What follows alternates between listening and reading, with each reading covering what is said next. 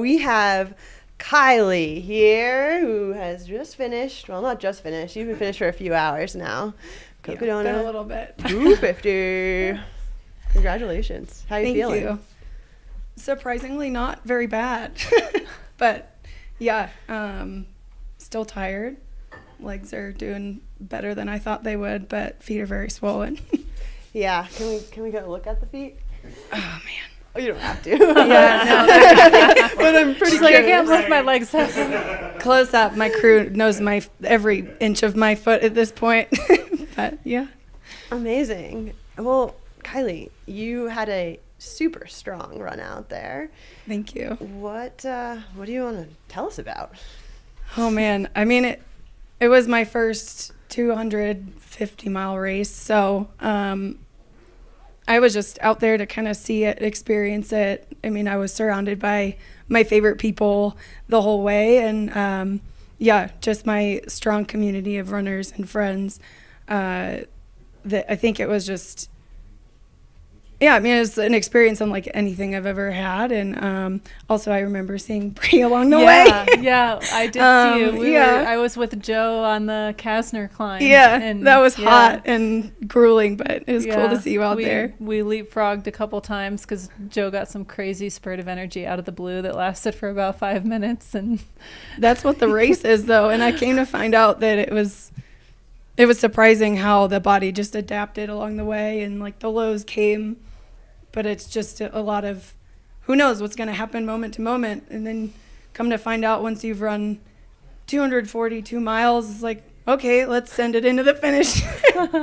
Yeah, we were just talking about that as we saw runners come into that Eldon aid station, and it is a cool spot. Was Pete in his panda costume when you got there? I don't remember much about that aid station, but we were offered the meats, and we're like, no, we're good. we're good. We'll keep going. Yeah, I don't remember much about that one. That was a quick one because we were kind of we were in it and gonna head down.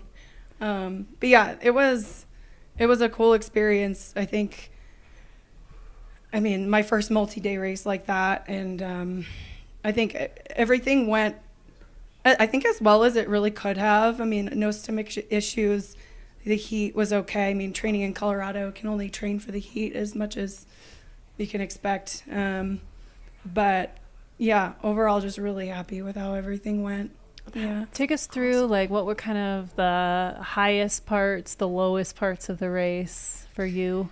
Yeah, I mean, I think the first section going into Crown King, that first 37 miles went really well. I just kind of kept it manageable, was patient. I'm a long distance hiker as well, so I think just hiking is also very enjoyable for me. So going up Eldon was a great time. And yeah, and I think going into Crown King, I felt really good. Just stayed really on top of the hydration, which was helpful. I think the first low was that first night, kind of right before, going into Whiskey Row. I think that was the first night when it got dark and I was alone. The first rocky bit before whatever that aid station is before Whiskey Row. I can't remember right now, but yeah. And then out of Whiskey Row was a pretty low point. Definitely had to power through. My friend Chantel helped feeding me potatoes at that point out of her bare hand. But then I think going into Iron King was feeling better. Yeah, and then just kind of fluctuated. That second night was pretty good. I think it was split up. I slept for 2 hours at Dead Horse. I had a really nice shower there as well, which was really clutch. And then, yeah, slept for 2 hours. And then my friend Mario paced me up until then, and then the next section. And I think coming off of sleep and then hitting all of that wonderful single track was just incredible. So that was definitely a high point. And then, yeah, I mean, the Sedona, going into and out of Sedona was great. Sat in the creek Kasner Canyon. I was like, well, my feet are wet. Might as well just sit here for a second. Yeah. I think I saw you Cool sitting off. there in the creek. Yeah. I made eye contact with Joe, and I was just like, yeah. And then,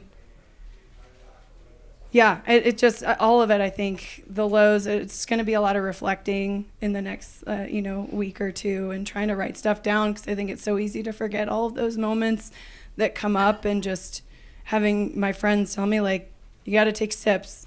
Have you eaten? Because at a certain point, I wasn't doing, I wasn't reminding myself to do that.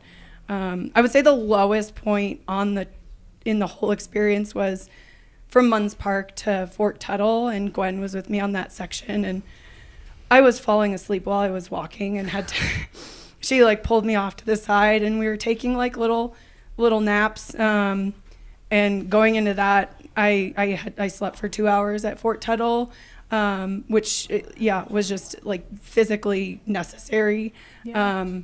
And then coming out of that one is like, that next section was great. And then just, it's crazy to me what happens. You don't ever expect it, and you can't. It's not guaranteed either, like how you're going to feel, but it just really makes you wonder, like, what actually am I capable of? Brushing up against that, like, sleep deprivation, then coming off of that. And it's just like, where does that come from? Yeah. I don't know. I'm sure there's science behind it. Our bodies are amazing. I would love to hear more about your sleep strategy. It sounds like you got some decent shut-eye, and it was really rejuvenating for you. Did you have a plan around that, or were you just kind of going with the flow? And did you take dirt naps? Yeah, good question. So I think because this was a big unknown for me in terms of, my experience, I've done one official 100 miler. I've done a couple 24-hour races and an unofficial 100 in the Boulder area with my run club. But I think I went into this really just trying to make it as far up until like the second night before I slept. My initial was like, okay, I'll sleep after like 45 hours. Because I've gone like over 48 hours without sleeping. So I was, in terms of timing the caffeine, knew that was possible for me, but also just with a very loose idea of that, because I think you just have to adapt and problem solve along the way with how your body's feeling in that moment.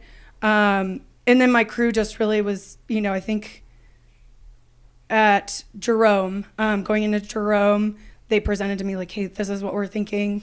The next, it's like 8 something to the next aid station will get you some good sleep. And I think that, like having people help you make those decisions is really critical. Because at a certain point, you're just like, oh, well, I can just keep going. But then, I think, it was a very loose sleep strategy. I had done a little bit of research, read, I think, Jason Koop's article on that, just kind of looking at what, people have done for multi-day races. But again, what works for me might not work for everybody else. And I'm sure I would definitely tweak things the next time. Probably sleep a little bit earlier that second night for that second sleep. Yeah. So it sounds like you really trusted your crew. Were there any moments where you're like, no, I don't want to do that? Did you have any defiant times? No. Good. I like 100% trust them. And I think that, at a certain point, just having to you need to be flexible. I've had the experiences where I push through in a very rigid way, and then things come up. It's like, oh, well, I can't stop now because I'm going to lose time. Well, you're going to have to stop completely because you have awful blisters. So you just have to take those like really, careful steps earlier to make sure that things don't become more of an issue later on. Is funny. One funny anecdote. So Sunday night we camped at the start line, and I was walking around with my Crocs, and it was just like all the pokey grass, and one went through my Croc into my foot. No. And I like looked at my foot, it wasn't bleeding, and I didn't see anything, so I figured there was nothing in there. But I think it was like going into Mingus Mountain, I was like, my foot really hurts, and it felt like a pebble was in my foot. I was like, I don't think this is a stress fracture. And so Gwen and Maggie were doing some very creative digging, and they actually got the piece of whatever the grass was out of there. And so I think if I just kept pushing through that, I wouldn't have been able to keep going because it hurt a lot. But yeah. Yeah, that's a good thing you found that and it was nothing serious. Wow. Yeah. I think we've got Nico about to come into the finish here. A lot of chat, a lot of love for Nico happening in the chat. I think he's about to come in. Yeah, so we will have to kind of then we'll kind of hop back and forth between the finish line and the interview. And for those of you who weren't aware, Kylee was 4th place female. So what was that like? I mean, 4th place is, it's a great number, but I can imagine you wanted to chase that 3rd place woman. So to be honest with you, I was very intentional. I had no idea my place up until that Walnut Canyon. And that was a very intentional decision for me because that's not why I'm here. I mean, I think, Gwen and my crew, we going into this race, like figured out like what are my main goals? Why am I doing this? I mean, running is my like passion, and to be able to do it for 3+ days and have only that to attend to is such a privilege. And I think that, noticing, that competitive mindset too, I knew that would take away from that experience for me. So I think, and also take away from the focus on attending to the things in the moment that you need to attend to be able to keep going. Because I think, especially with anything that's depriving you of sleep, it can be dangerous, to a certain point where you push yourself past, what's maybe safe. And luckily, they have people checking in on you with the medics and everything. But I mean, we're all out here because we do hard things, and sometimes we have to like keep our systems in check to make sure we're not doing anything too stupid.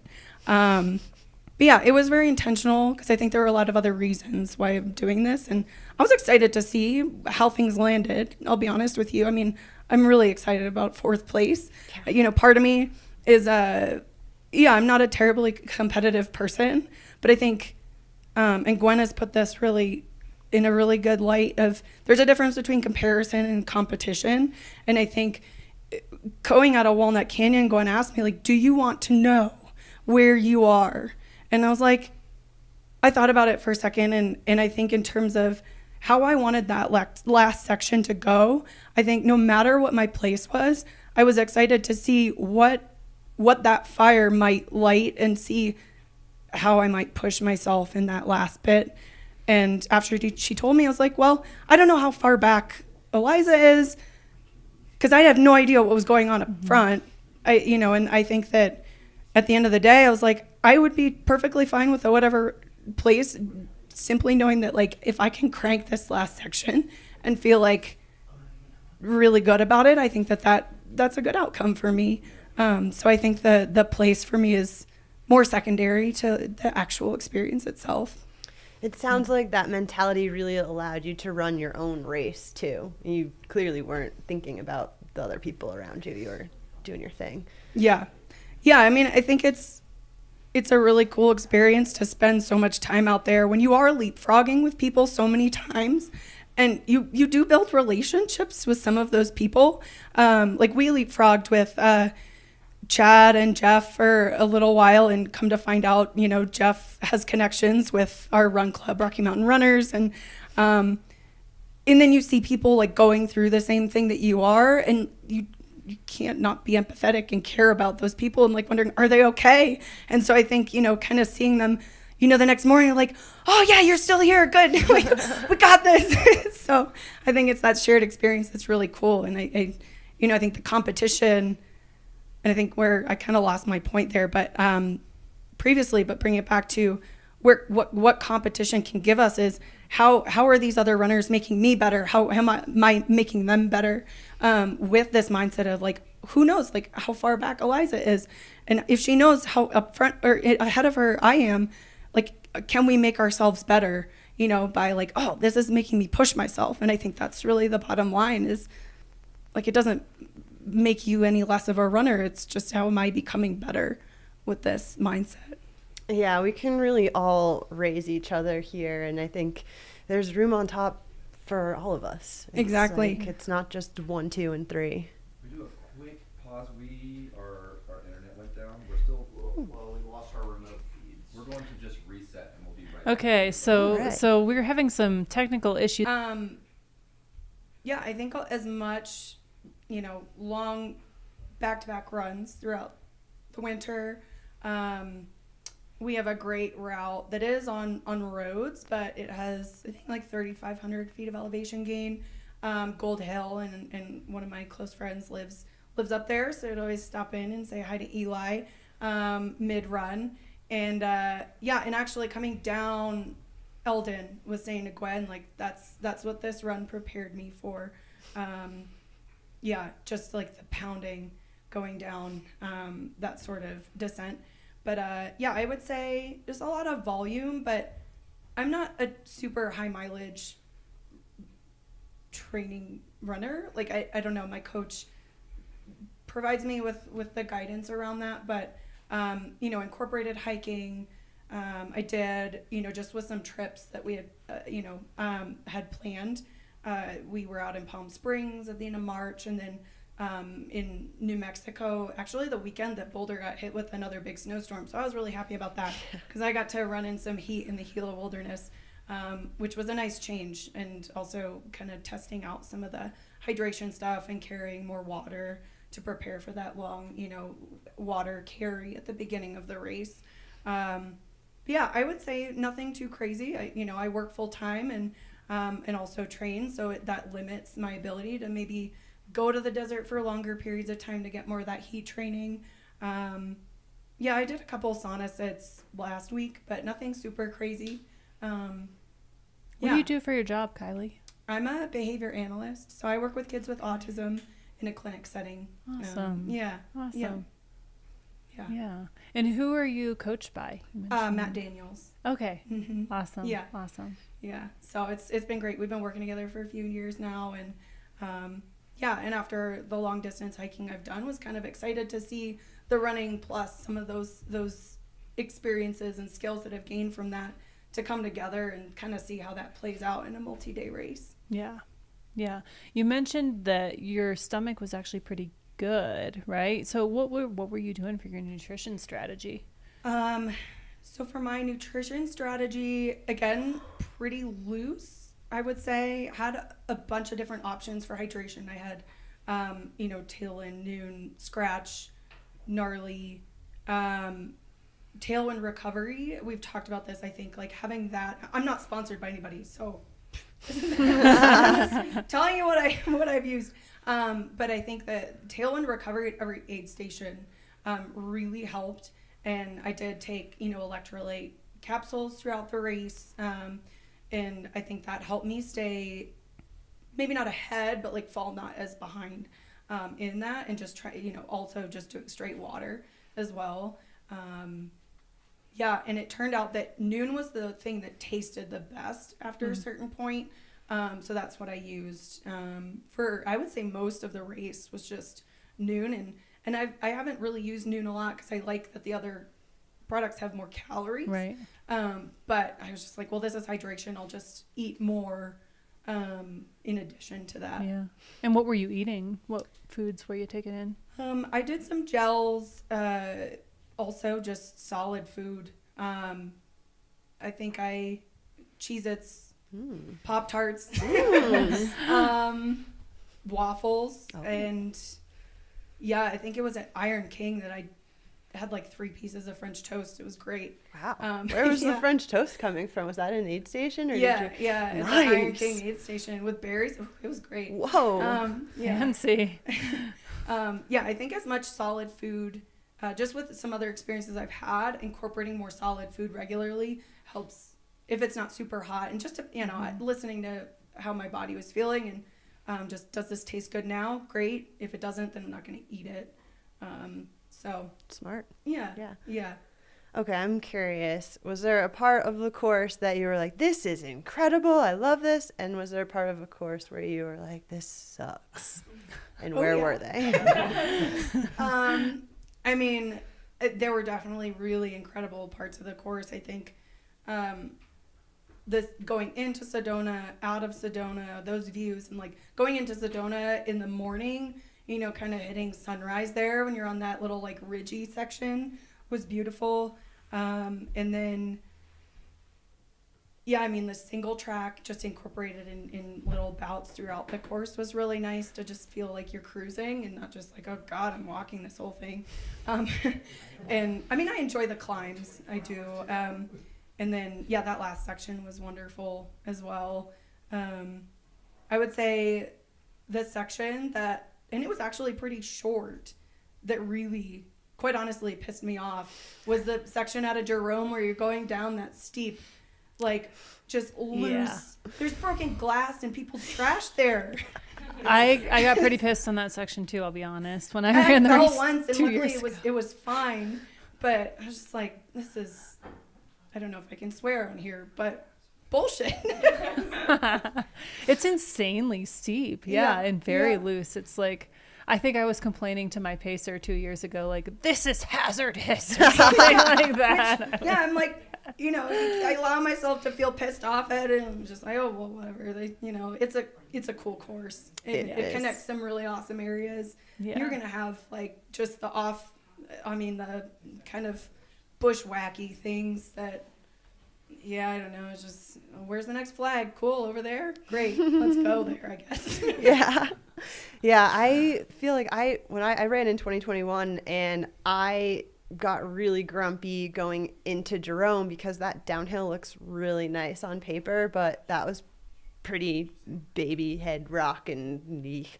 So then I took a decent sleep in Jerome, and that glass downhill was actually kind of great. It's crazy like how everybody experiences different pieces of this course differently based on their levels of sleep deprivation and fatigue. For sure. And I think that's why I was glad I slept at Dead Horse, because then I was able to really enjoy the single track coming out of there, because I think if I had pushed it to the next 8, I probably wouldn't have enjoyed it as much. But yeah, that makes a ton of sense. I think going into Jerome with my friend Chris, I was just like, even on the downhills, I was like, I want to run this, but holy heck, like this hurts. And then we see the start line for the Sedona race, and we're like, oh, is that the aid station? Oh, no, it's not. Yeah, that had to have been a little trip, because I had dropped a runner off at the start of the 125, and I could see people coming through, and yeah, that would have, you still had some downhill, but it was pavement, and yeah. But yeah, that like the downhill, the baby heads, that was, I can't remember what I said to Chris, but it was, I was like, this is like just a big middle finger. Yeah, that's exactly what that section feels like. But, you know, you got to take those sections, because then they make the others feel so much better. Absolutely. Super cool. I wonder, do we have anybody in the chat who wants to ask Kylee a question? Anybody? What do you have coming up next, Kylee? Do you have anything planned, or are you going to take some time off for a bit? Good question. I do. I'm hoping to. Well, I'm signed up for Silver Rush 50 in July. Oh, nice. So excited about that. And then my friend Gwen and I have a adventure planned in Colorado for kind of August-ish. I don't know. We'll see. Attempt something cool, and then. Collegiate loop with my partner and my partner Adam in September. Yeah. Well, we're both long distance hikers too, so we're gonna try to do that. See how fast we can do it. And then I don't know. I was like, oh, I'll weight lift myself on javelina, but I don't know. I might just take a break in the fall. I'm starting some more grad school, so it might be a good time to like kind of chill. So yeah, I don't know. Javelina's fun. Someone is asking in the chat along the grad school and work lines, how do you balance a full-time job and training? That's a really good question. I think this was a really cool learning experience for me in terms of the time commitment for training plus working full time. I don't work a desk job either, so I'm up around, like I teach kids, I supervise the technicians working with the kids, and we're playing up around. So it's not like I'm sitting, which is probably good too, to be honest with you. Mm-hmm. But it's in the stress that goes along with that. But I think I'm still learning how to manage it all. I would say just probably more like self-management, time management things are the areas that I'm focusing on getting better at, so that I can be fully present in what I'm doing in that moment and not stressed about things that I've got coming up, or like need to, deadlines or whatever. And having that time carved out for all of those things so that I can do them to the best of my ability in that time frame. So I guess I don't really know the answer to that question because I'm still figuring it out. No, what you said makes a lot of sense. I think that if you have a lot of other work life crazy stuff on the brain, it can really derail a training run. And when you're working, you want to be focusing on doing the best there. And when you're training, so it sounds like your time management has been effective. And it's going to have to get a bit better. But I think I think running for me also serves a few different purposes. It's, I love it. Just doing it. It helps me.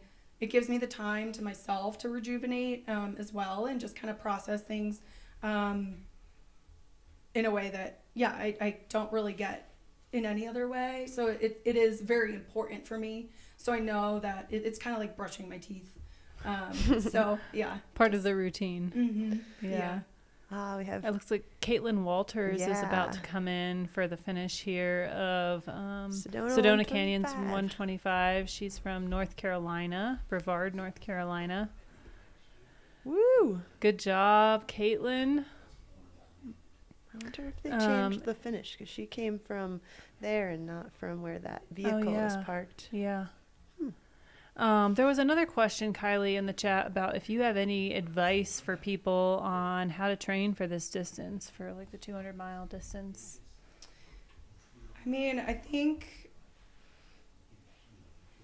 I'm still getting more familiar with kind of the philosophy around it. I'm lucky that I am able to have a coach help me through that and guide me. I mean, I would say there are more resources out there now. I think I don't know how new the 200-mile distance is, but I imagine it's newer than like 100-mile in terms of training plans. But I don't think they're that different.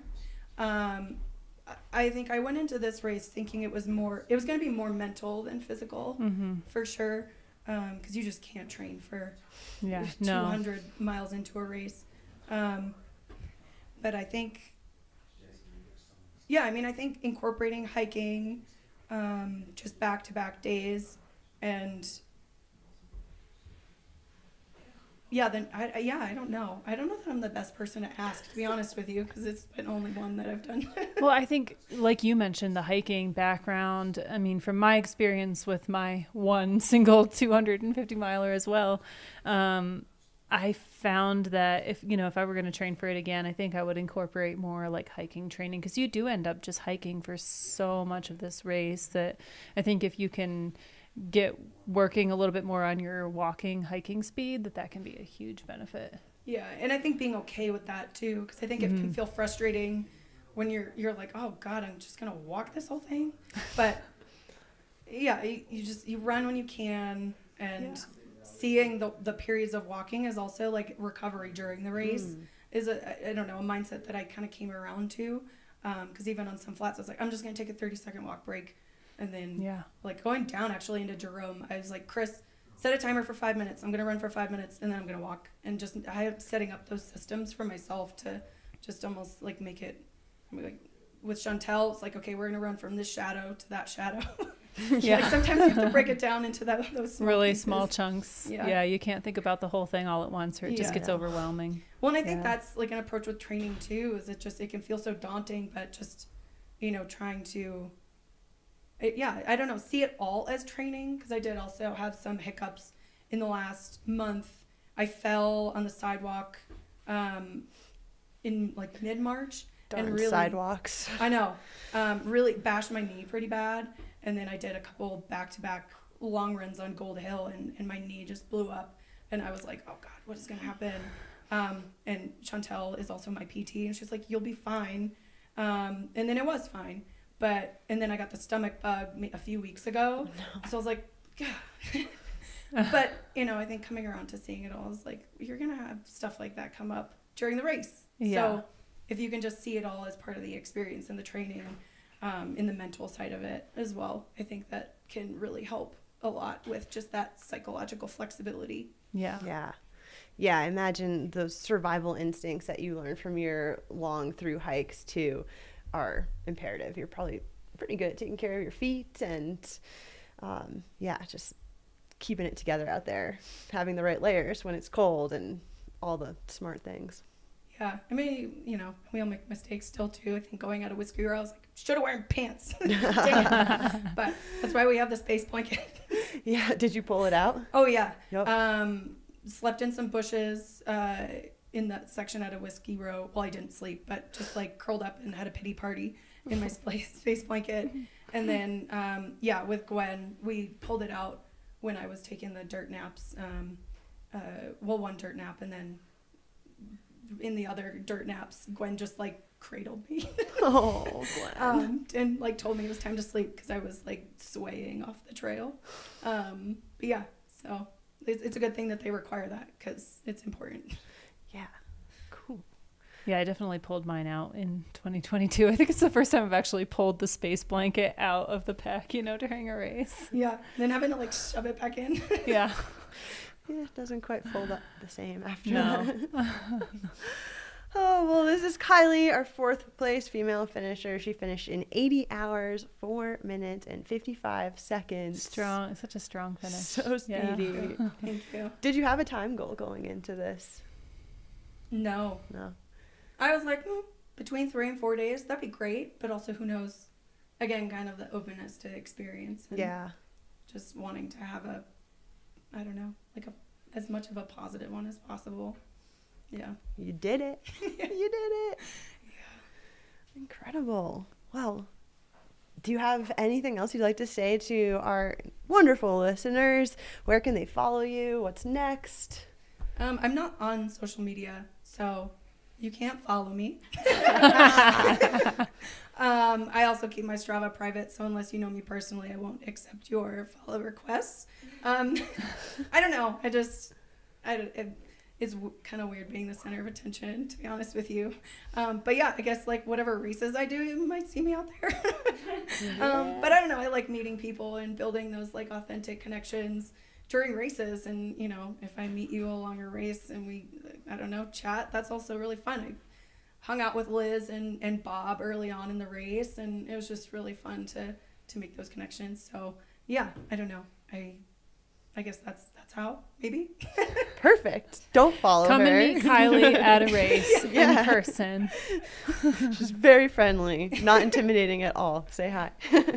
Cool. Well, thank you for having me. Thank It's you been great so having much you for on. It's being really here. fun to see you out there, Bree. Yeah, for sure.